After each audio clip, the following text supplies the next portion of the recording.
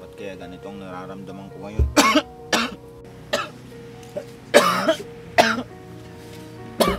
Franz, anong nangyayari sa'yo?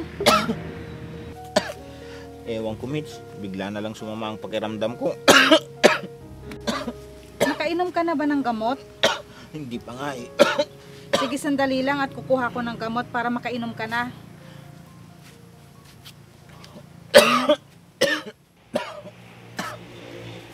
Oh, ito ang gamot. Inumin mo na. Humiga ka muna dun sa loob para makapagpahinga ka. Wag na. Baka mamaya okay na rin to.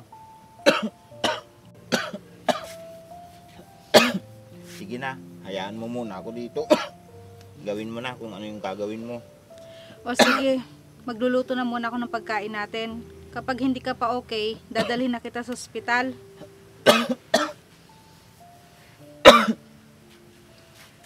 Mitch.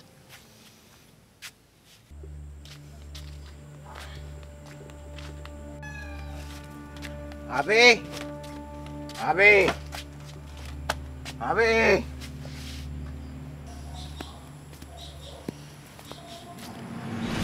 Si tatay yun ah.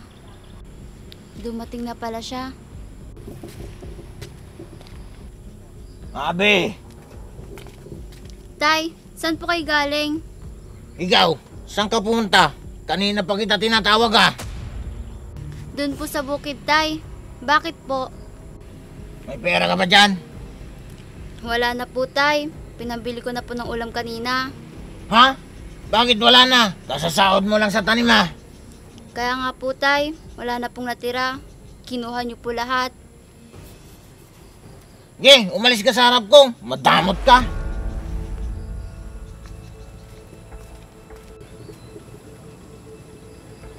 Hindi man lang magtrabaho si tatay. Ako na lang lagi ang inaasahan niya. Si nanay, nagpapakahirap maging katulong. Samantalang siya, masayang nakikipag-inuman sa barkada niya.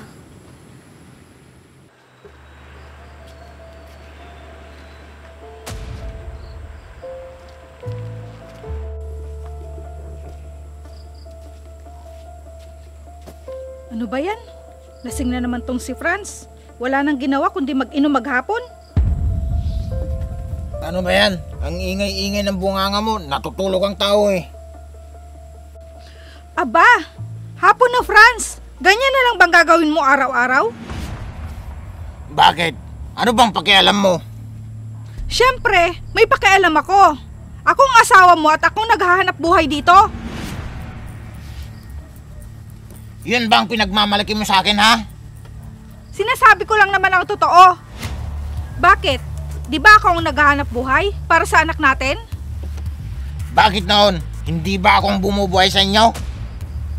Noong nagtatrabaho ka, mas malaki ang gastos mo sa pag-iinom kaysa binibigay mo sa amin. Pag ako nagkatrabaho! Aba, dapat lang magtrabaho ka. Hindi puro inom ang inaatupag mo. Maghalis na nga! Sige, umalis ka. Doon ka na matulog sa inuman.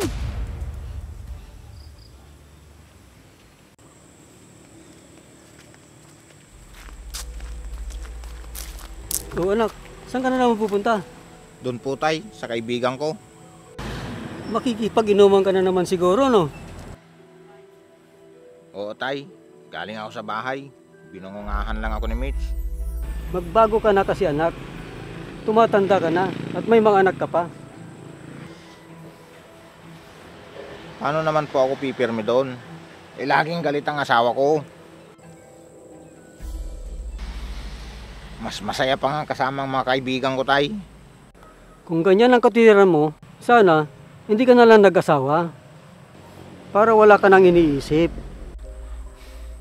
Sana nga tay, kung may babalik ko lang ang panahon. Kawawa naman ang pamilya mo anak. Sana maging responsable kang asawa at tatay ng iyong mga anak. Bahala na sila tay. Sige po, aalis na ako. Masyado nang nalulung sa barkada at inuman ng anak ko. Oh, Abi, ikaw na munang bahala dito sa bahay ha. Bakit nasan po si tatay, Nay? Naku, huwag mo nang asahan ng tatay mo. Baka nasa inuman na naman yun.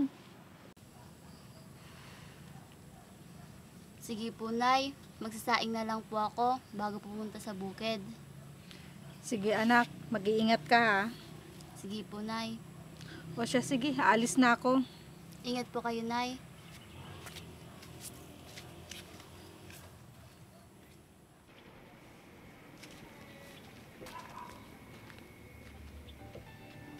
Sinasabi ko na nga ba? Ang aga-aga pa. Inom na naman ang inaatupag. Bahala ka na nga dyan.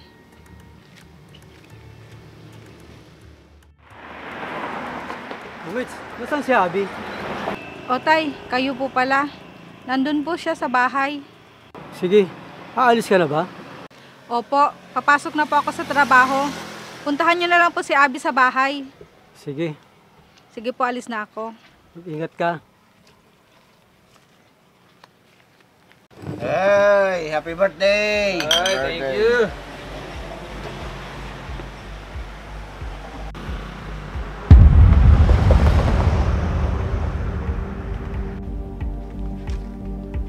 Oh, Franz, ba't nandyan ka na naman umiinom? Tay, birthday kasi ng kumpare ko kaya napatagay ako. Ang aga-aga pa para uminom, Franz. Nakita mo na, ang asawa mo pa nagtatrabaho. Di ka na nahiya. At ang anak mo, huminto na sa pag-aaral niya. Dahil irresponsable ka, ano na lang ba ang silbi mo sa pamilya mo? Ganyan ka na lang ba habang buhay? Sinusubukan ko naman tay na iwasan, kaso hindi ko kaya eh. Pwes, huwag kang umasa sa pamilya mo. Sa mga pambili ng alak mo. Lolo, nandito po pala kayo. Mano po? Oo, iha. Kukumustahin sana kita. Pero nakita ko ang tatay mo, umiinom na naman.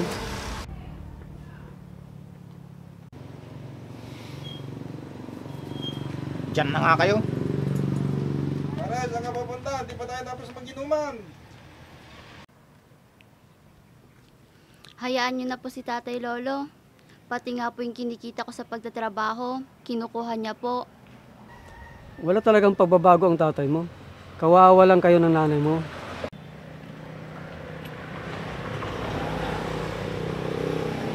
Siya nga pala, iha. Kung gusto mo, doon ka na lang sa amin ng lola mo tumira. Paano po si nanay, Lolo? Baka lagi po siyang awayin ni tatay. Matanda na sila, kaysa hindi ka naman mag-aral. Pag-aralin kita doon sa amin. Pag-iisipan ko po, Lolo. O sige, tawagan mo lang ako. At ako nang bahalang magpaalam sa magulang mo. Opo, Lolo. O sige, alis na ako. Yan lang naman ang sadya ko rito. Mag-iingat po kayo, Lolo.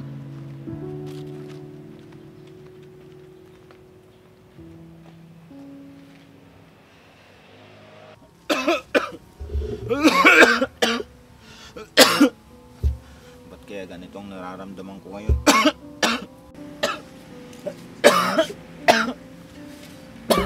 Franz, anong nangyayari sa'yo? Ewan ko Mitch, bigla na lang sumama ang pakiramdam ko. Nakainom ka na ba ng gamot? Hindi pa nga eh. Sige, sandali lang at kukuha ko ng gamot para makainom ka na.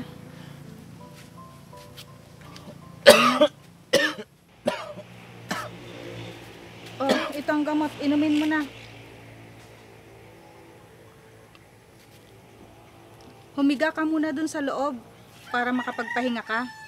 Wag na, baka mamaya okay na rin to. Sige na, hayaan mo muna ako dito. Gawin mo na kung ano yung gagawin mo.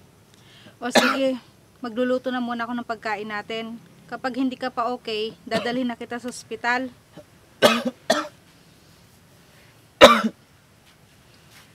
Mitch, pasensya ka na sa mga nagawa ko sa inyo ng anak natin. Di ko lang talaga maiwasan tumanggi sa mga kaibigan ko. Pwede naman eh, kung gugustuhin mo. Yun na nga eh. Masyado ko nang pinagbibigyan yung mga kaibigan ko. Hindi ko na kayo naiisip.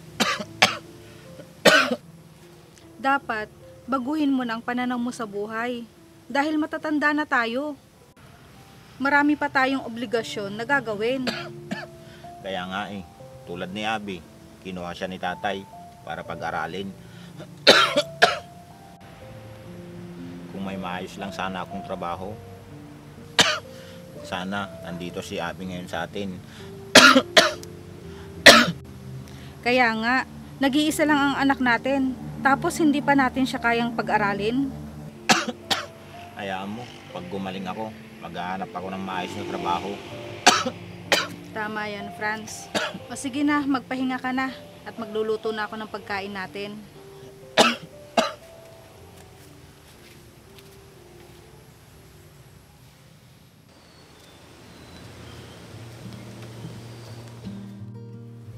Oh, Abby! Nandiyan na ang tatay mo. O tay, nasan po yung pasalubong ko? Ay, oo nga pala, nakalimutan ko. Si tatay naman, kinalimutan pa. Biro lang.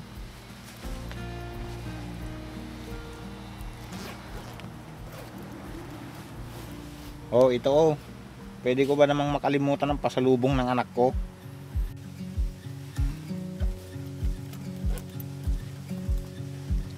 Ang gaganda naman nito tay.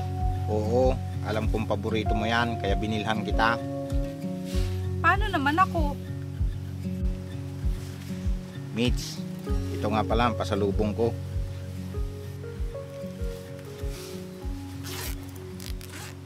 Ano to? Mga labahan na naman? Ano pa nga ba? Siyempre, meron ka. Ito, para sa'yo. Wow! Ang dami nito ah. Salamat. Pambili mo ng washing machine para hindi ka na mahirapan maglaba. Talaga, Franz? Salamat ha. Para hindi na rin ako mapagod. Tara na sa loob. May pagkain na ba? Nagugutom na ako eh. Oo naman, alam kong darating ka eh. Tara na. Sige, kain na tayo.